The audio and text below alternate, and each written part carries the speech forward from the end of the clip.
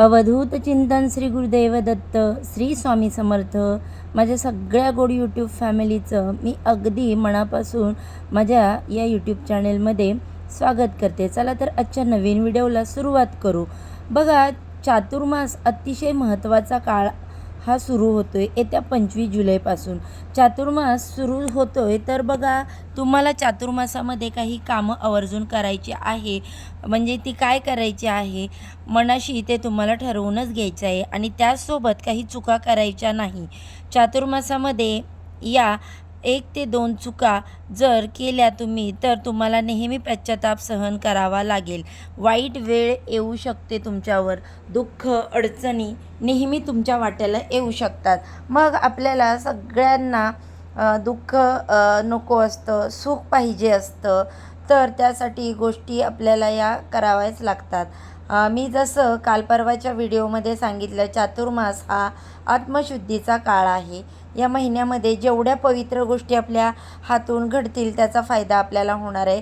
बघा, 25 जुलैला आषाढी एकादशीपासून प्रबोधिनी एकादशीपर्यंत चातुर्मासाचा काळ आहे. जवळपास 4 महिने. तर या काळामध्ये आपल्याला काय करायचं, सगळ्यात पहिलं म्हणजे दररोज नामस्मरण करा.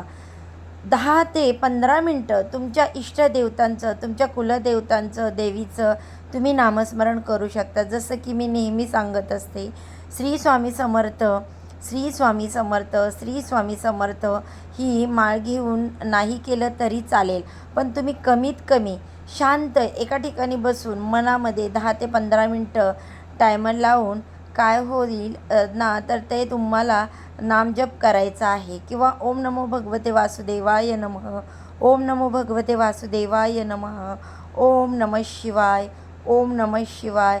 कोणत्याही तुम्हाला ज्या देवाची तुम्ही आराधना, पूजा करता, सेवा करता, तर त्यांचं तुम्हाला नामस्मरण करायचं आहे.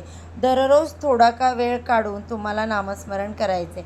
नामस्मरणामध्ये खूप ताकद आहे. तुम्ही बाकी इतर काही सेवा नाही केल्या, फक्त नामस्मरण केलं तरीसुद्धा चालेल.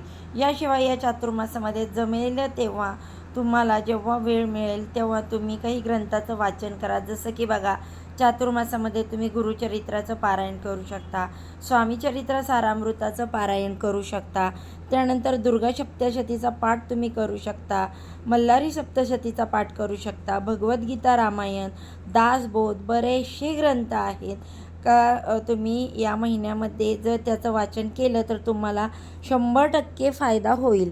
त्यामुळे आपली आत्मशुद्धी होते आणि त्याचा कुठे ना कुठे चांगला परिणाम होतो आपल्या आयुष्यावर. तर बघा, म्हणून नक्कीच या 4 महिन्यामध्ये जमेल तशी सेवा करा, पण सेवा नक्की करा.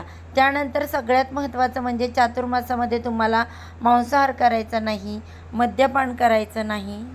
बरेचसे लोक या 4 महिन्यामध्ये कांदा लसूणसुद्धा खात नाही.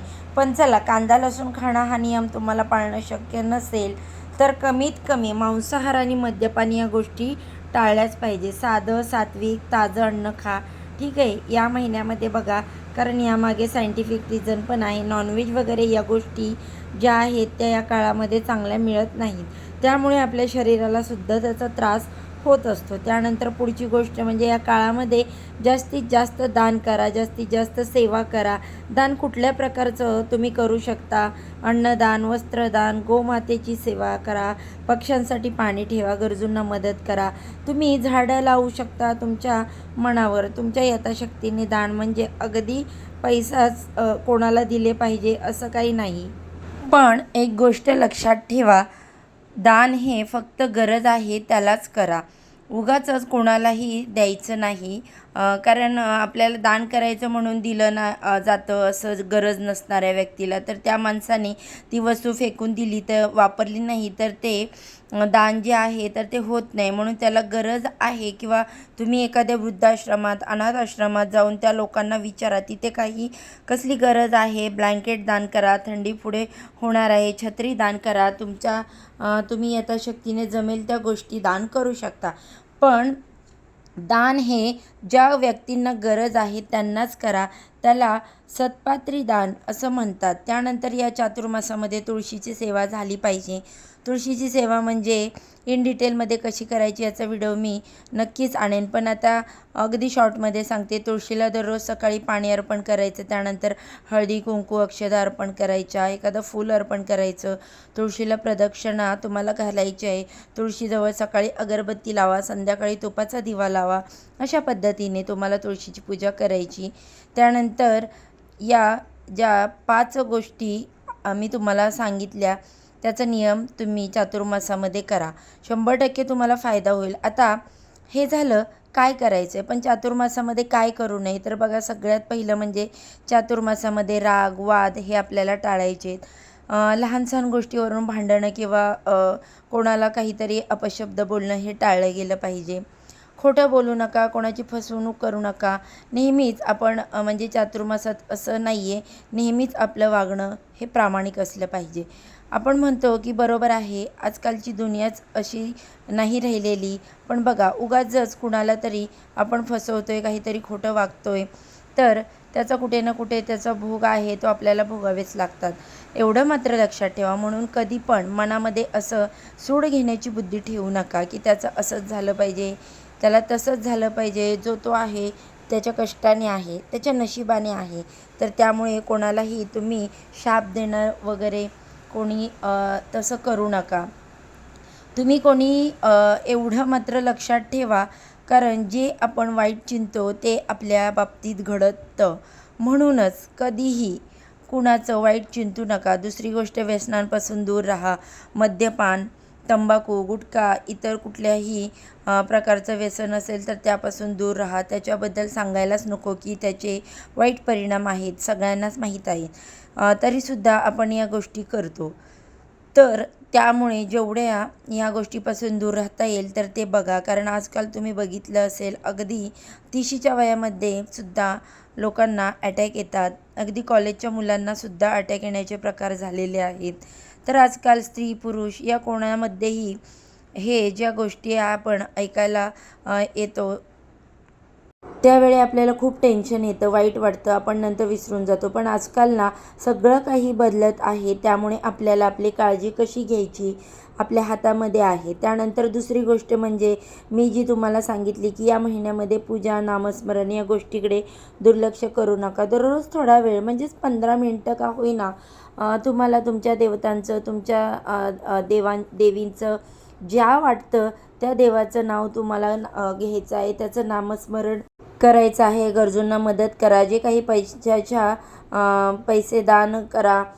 तुम्ही दान करा चालेल, पण दान केले पाहिजे, दान हे झालंच पाहिजे. त्यानंतर नकारात्मक विचार अजिबात करू नका, त्याचा वाईट परिणाम तुमच्यावरच होणार आहे. इतरांविषयी वाईट भावना जर मनामध्ये तुम्ही ठेवली तर त्या वाईट गोष्टी आपल्या बाबतीतच घडत असतात. म्हणून अजिबात वाईट विचार, नकारात्मक निगेटिव्ह विचार जे आहेत ते आपल्याला करायचे नाही.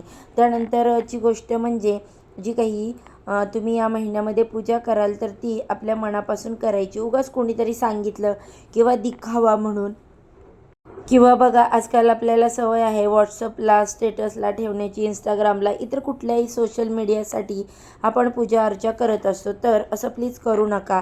जी काही गोष्ट करताय ती मन लावून करा. उगाचच ती गोष्ट करताना शूटिंग झालंच पाहिजे, फोटो घेतलाच पाहिजे या गोष्टींपेक्षा ती आपण जी पूजा करतोय तर तिच्याकडे तुम्ही लक्ष ठेवा. हे व्रत पूजेकडे तुम्ही व्यवस्थित लक्ष देऊन ती पूजा करा. 10 मिनिटांची पूजा करा, 10 मिनिटांचं नामस्मरण करा, पण ते अगदी मनापासून करा. तर बघा, या अगदी छोट्या छोट्या गोष्टी आहेत. काही चुका आपल्याकडून होऊन जातात, तर त्यामुळे या गोष्टींचं आपल्याला या महिन्यामध्ये नक्कीच काही गोष्टींचं पालन करायचं आहे. या महिन्यामध्ये फक्त चातुर्मासाचंच हे पाळायचं असं नाही, नेहमीच पाळलं गेलं पाहिजे. पण या महिन्यामध्ये जर काही चुका झाल्या तर त्याचा वाईट परिणाम तितक्याच लवकर आणि तीव्रतेने आपल्याला भोगावा लागतो. मन शांत ठेवा, प्रेमाने वागा, नियमितपणे नामस्मरण करा. शक्य होईल तितकं तुम्हाला दान सेवा करा आणि स्वतःमध्येच तुम्हाला सकारात्मक बदल झालेले जाणून येतील. बघा, चातुर्मास हा फक्त काही नियम पाळण्याचा काळ नसून स्वतःला अधिक चांगलं, संयमी आणि भक्तिमय बनवण्याची आपल्यासाठी संधी असते. तर त्यामुळे त्याचाही किती फायदा करून घ्यायचा हे शेवटी तुमच्या हातात आहे. कारण मी समजा आता तुम्हाला माहिती देते किंवा तुमच्या घरातले मोठे लोक तुम्हाला माहिती देत असतात किंवा नको का असं कर तसं कर, पण मानणं किंवा पाळणं न पाळणं हे तुमच्या हातात आहे. कोणी बळजबरी तुमच्याकडून करून घेऊ शकत नाही आणि जे काही फायदा होणार आहे ते तुम्हालाच होणार आहे. आणि म्हणूनच नक्की या गोष्टी लक्षात ठेवा. सांगितलेले नियम पाळा आणि येणाऱ्या चातुर्मासाचा फायदा करून घ्या. तरी सांगितलेली माहिती तुम्हाला पटली असेल तर व्हिडिओला जाता जाता एक लाईक नक्की करा. ही माहिती शेअर करा. आपल्या चॅनेलवर नवीन असाल तर सबस्क्राईब नक्की करा आणि असेच नवनवीन व्हिडिओ पाहण्यासाठी बेल आयकॉनला देखील प्रेस करा. चला तर आजच्या व्हिडिओचा इथेच एंड करते. सर्वांना श्री स्वामी समर्थ. ओम नमो भगवते वासुदेवाय नमः.